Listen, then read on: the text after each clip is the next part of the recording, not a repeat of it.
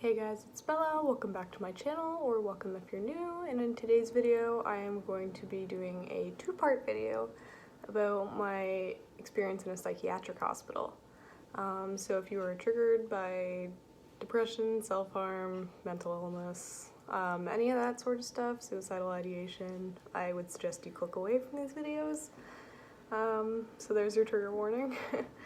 But yeah, so first part is going to be more kind of what led up to it and my experience with psychiatric emergency. And then the second part will be being transferred into hospital and how the hospital itself was. So first off, I live in Canada, so I don't have the only fees I had to pay were the ambulance fees. And of course I'm aware that all of our taxes go into it, but it is so incredibly worth it. So anyways, I was admitted into that hospital when I was 18 years old, and I had never previously had any psychiatric care. So I went straight into the adult mental health system. So that was a little bit of a shock to me.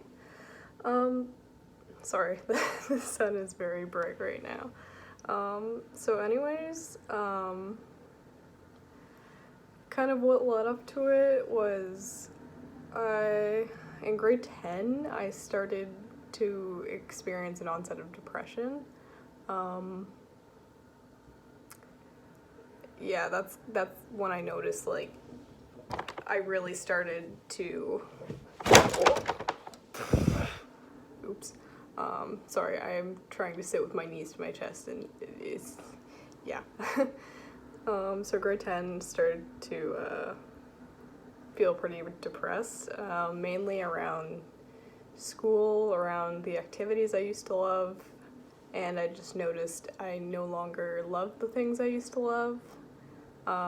Nothing made me happy anymore. I was very numb and robotic all the time, and I have been self-harming since grade 7, and no one knew about it. No one found out until grade 12.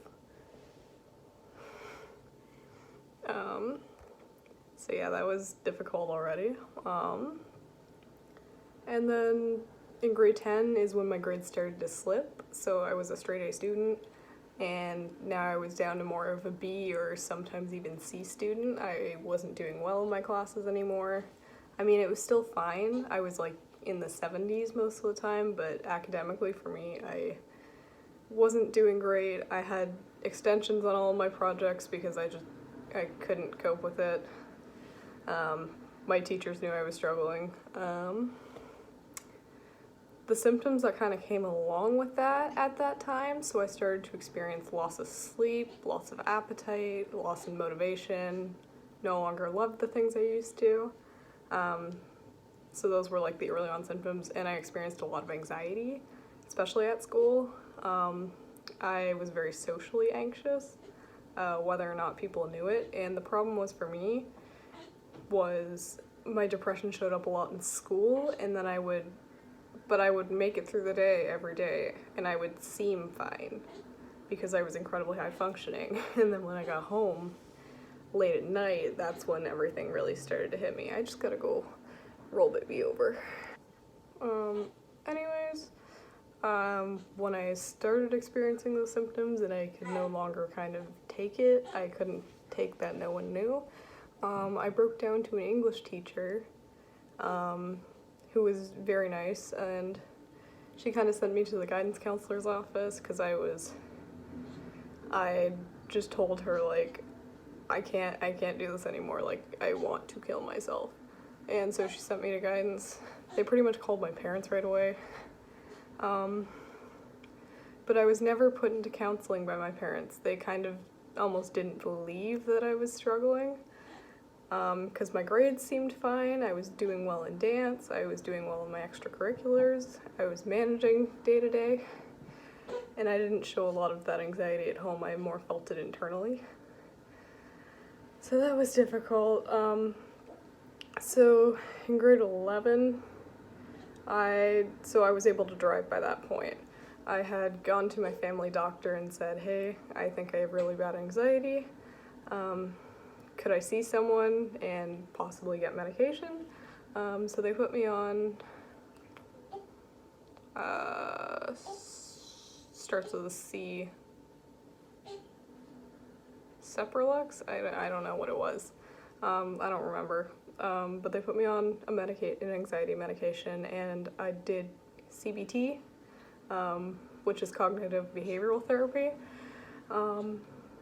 Unfortunately though, I didn't know what it was supposed to feel like when medication was working, and it turns out it wasn't working for the whole 2 years I was on it, and the CBT was kind of useless for me. It was more of, CBT is more of like change the way your mind thinks. So like think positively and it'll shift your emotions to become positive. I didn't do well with that at all. Baby, what are you doing? Do you want to come sit with Mama?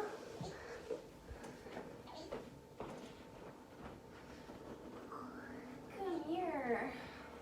Oh, come here. He's wearing clothes this time. Okay, Nugget.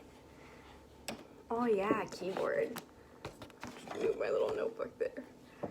Anyways, grade 11 was when the suicidal ideation started. So I was having kind of those thoughts like, if I walked in front of a car and got hit, I wouldn't care.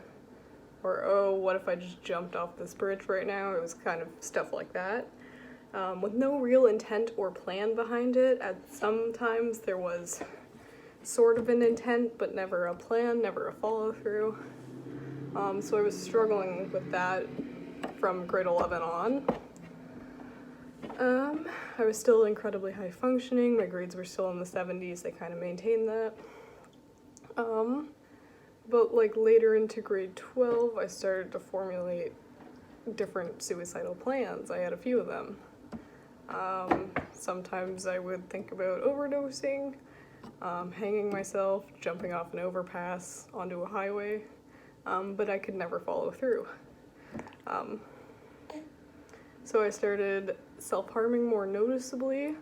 I wore this Fitbit every day, and I would literally just underneath the band, I would cover it up with the band just in that very, very small area, just out of desperation to get someone to notice that I was struggling.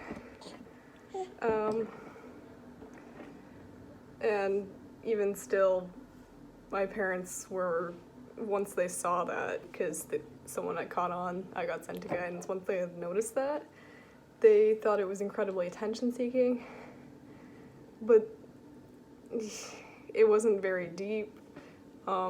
The deepest parts were on my hips, which they never found, and that had been happening since grade 7. Like, those got incredibly deep, probably needed stitches a few times. But they told me it was attention-seeking, so I just kind of shut up about anything I was struggling with from there on, and yeah, that was incredibly difficult. So after that, I became incredibly angry, especially at my parents. So as soon as high school ended, I was 17 at the time, I moved out right away, didn't tell them, I just up and left, and moved into an apartment with my boyfriend. And I was working every day. I had no plans of going to post-secondary because I was struggling so badly. And it was the first time in my life where everything had kind of stopped. I didn't have to go to school.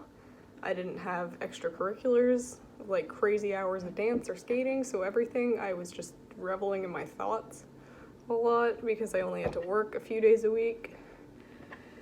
And then I just got to a point where I didn't care anymore, so I started like really heavily self-harming on my arms because I just didn't care. No one would really know because the only place I went was work. And they didn't really care. I worked as a prep cook in the back of a kitchen, so I wasn't interacting with customers anyways. So I became incredibly angry at that point and self-destructive. We had concrete walls in the apartment. I started smashing my head off the walls trying to basically trying to break my skull, which never happened. So yeah, and at that point I was like actively trying to kill myself every day.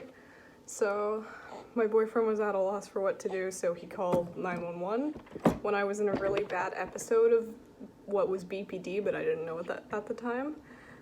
So he called 911 and they said, "Do you need ambulance or police?" He said ambulance. So they sent the paramedics and they brought me into psychiatric emerge. So this is not the normal emergency room. The normal emergency room was beside it, but this was behind locked doors through security. And they put you in a room that essentially looks like a prison cell. There's a toilet in the corner and a little sink to wash your hands, but it's all metal, but it looks like a prison toilet. And then there's a mattress on the floor, and there's cameras, so they can see if you're hurting yourself. Generally, pretty aggressive people end up in there.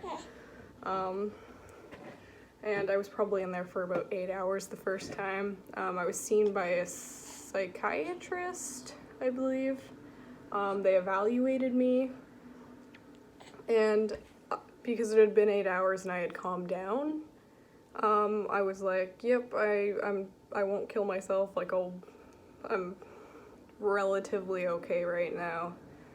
And because I had no active suicidal intent, they sent me home with a safety plan. And 2 days later, I ended up back in there. But when he had called 911 again, they could hear me screaming over the phone. So they sent police instead that time.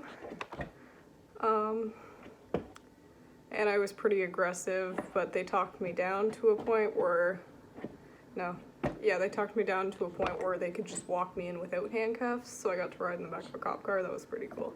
And they had to sit with me in a normal emergency until I got transferred to Psych emerge. And I got reevaluated. Even though I was like actively suicidal, they still did not admit me because I don't even know why that time. But then the third time I ended up in there, this wasn't a 2-week period, I had ended up there 3 times. Once again, the operator heard me screaming over the phone, so they sent police, they handcuffed me, they wrote me into psychiatric emerge, and this time they finally admitted me. Because they figured I couldn't be safe on my own, so they were going to put me in a controlled place where they could keep me safe. And then I essentially waited 12 hours just on a bed to be transferred to the hospital. This was about the middle of the night when I was transferred. Are you okay, buddy? Is it bright? Is it too bright? There you go. I waited about 12 hours to be transferred. And this is kind of where I will leave part 1 and bleed into part 2. Part 2 will start my first night in hospital. So thanks for tuning in, and catch you guys in part 2.